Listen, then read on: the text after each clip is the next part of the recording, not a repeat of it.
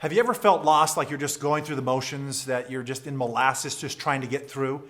Well, I'm going to share with you in this video why it's important for you to find your purpose in life and how it will make all the difference.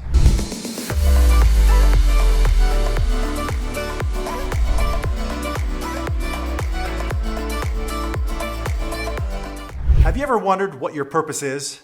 It is one of the most perplexing questions that we can ask ourselves.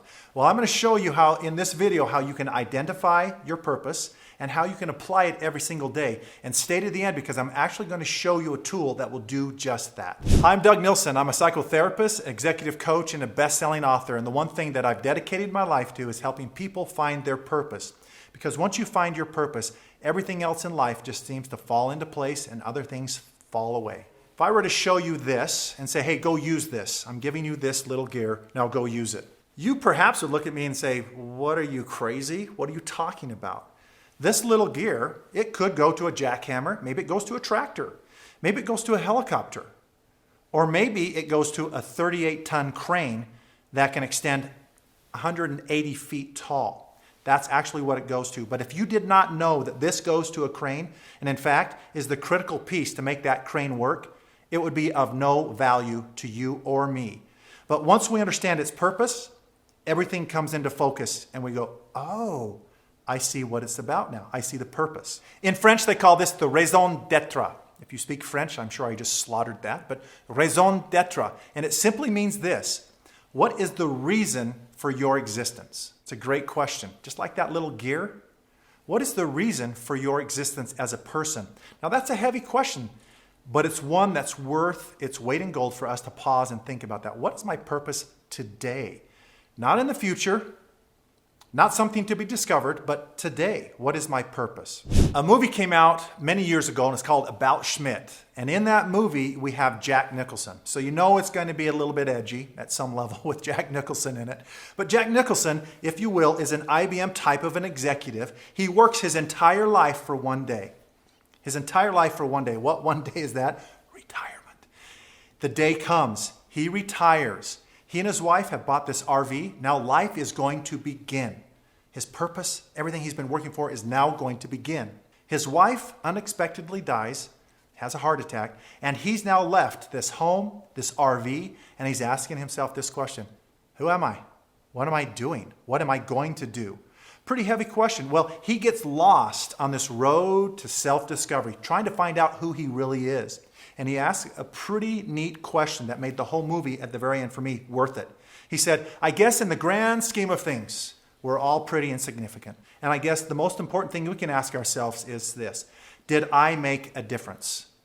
Did I make a difference? What in this world is better today because of me? I love that story. And as you look at your life, and I think it's an unfolding, our purpose. But what in this world today is better because of you?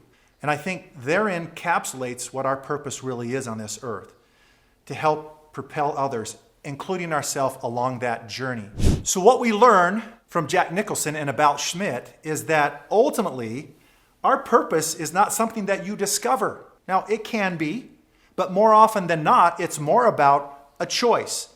Your purpose is found in your choice. It is your choice to choose where you want to go and the kind of life that you would like to create for yourself. Now this takes all of this stress out of it and it brings it down today, to discovering today what that purpose is based on what you choose. I want to share with you a tool that can really help you to do just that. It's a simple little tool and I call it the 3x5 process. Ultimately what I want you to do is get a 3x5 card. And I'm going to ask you this: identify 3 words. 3 words that ultimately you would like to become in your life in the next 90 days. So what regret over the next 90 days do you refuse to live with? This can help us identify some words, some descriptors. Next 90 days, what regret do you refuse to live with in your life that if you don't do something, it will happen? Number 2, to kind of help us get the juices flowing and saying, what 3 words do I want to become in the next 90 days? At your funeral, what words would you love, would you yearn to hear said about you? Or you overhear somebody you admire dearly talking about you. What words do you long to hear in relation to your life right now over the next 90 days? So that would be step 1. Identify 3 words. Then I want you to define those words. Give a definition to those words. Some time ago, I did the word courage. Now, as I researched it a little bit, I come to find out that the word courage at its core really means to simply live wholeheartedly, to live with your whole heart. I wanted to live with my whole heart and to do it courageously. So that was one of my words. So you define what those words are. Then what you're going to do after you define it, put it on your 3x5 card every morning.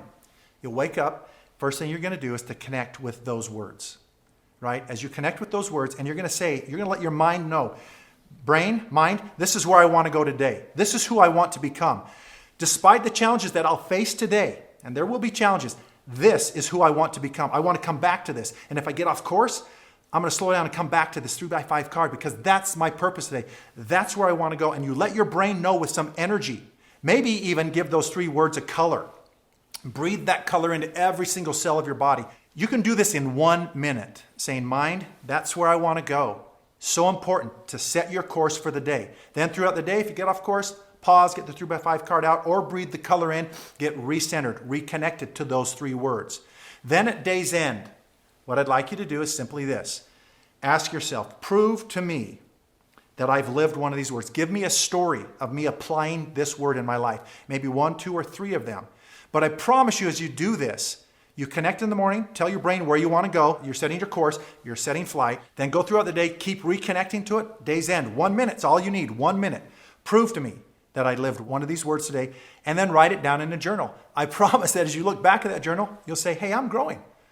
When you feel stuck and you don't know your purpose, this is a simple method to say, here's who I want to become. Because it doesn't matter what has happened to you or what didn't happen to you, what you did, what you didn't do. The core question is simply this: who are you becoming? And when you choose to become and to fulfill that purpose that you identified, there's something in your heart that just swells and you feel alive. Hey, I've got a story that's going to pull everything together, but before I get that, I would love to hear what your 3 words are for the next 90 days. Are you an animal lover? Do you love dogs, cats? Well, that dreaded day came that my beloved Kiara, we needed to take and put her down. And it's a tough time, particularly when you like dogs and they're like a family member to you. So I went into my trusted vet, Dr. Penrod, and we were about ready to take Kiara back. And as we're walking back, the assistant said, hey, would you like a paw print of Kiara? And I'm, probably not. She said, well, it's free. And I went, oh, well, yeah, actually, that would be great. Then let's get the paw print as we're going back so we can have the memento for Kiara. Well, as I went back, sat down, and the doctor, she came in, and she said, hey, here's what's going to happen. I'll go get things ready. You can say your final goodbyes to your dog, Kiara. I know that she's important to you. And then I'll come back in, and then I'll give her the shot, and it'll be about a minute or 2, and she'll take her last breath and peacefully pass away. I'm like, ugh. It's hard if you've ever done that. I don't know if you have or not. But so she went out, and I'm sitting there, and she's a beagle, right? And she was looking up at me, and those big brown eyes, and I was like, oh, man, this is so hard, and yet it was so necessary. She came back in, and she gave Kiara the shot. And sure enough, a few minutes later, she took her last breath and she passed away, right? Well, the doctor left again, and I just sat there, and I kind of went down memory lane with my little mutt of a dog. And I remember the first time I saw her, right? There was a knock at the door. It was Christmas, and she had this big red bow, and she came ambling up. And I sat down right on the porch, and she came and snuggled right into my lap. And I thought, this is going to be a relationship that will last a lifetime.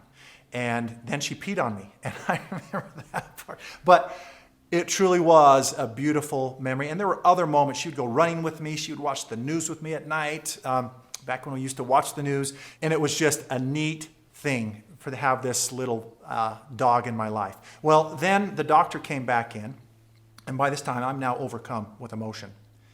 And she came in, and she said, are you doing okay? And I don't know if you've ever had that where you're crying so hard, that ugly cry where you cannot talk.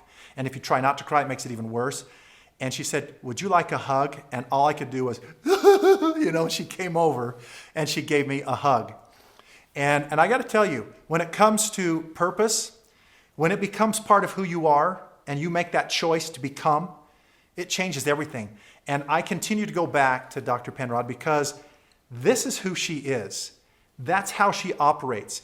She doesn't need somebody to tell her what to do. It comes from within. And when you live from this place of freedom and purpose, which I believe she exemplifies tremendously, A few days later, got a card in the mail. And it said, "We are so sorry for your loss." Again, exemplifying her purpose. She loves what she does, and it shows. No one has to tell her what to do. Here's the card. "We are so sorry for your loss. She meant so much for you. She was a big part of your family. Here's praying for you and your family as well. P.S. You may want to consider counseling," right? And it was just heartfelt, warm. When you live from your purpose, it really changes everything. And that would be my hope for you. Identify those words and live from it, connect from it, or connect to them every day. Do you know somebody who is stuck that could use an uplift, maybe some focus in their life that would focus their action and their mind? Share this video with them. I'm sure it'll help them out.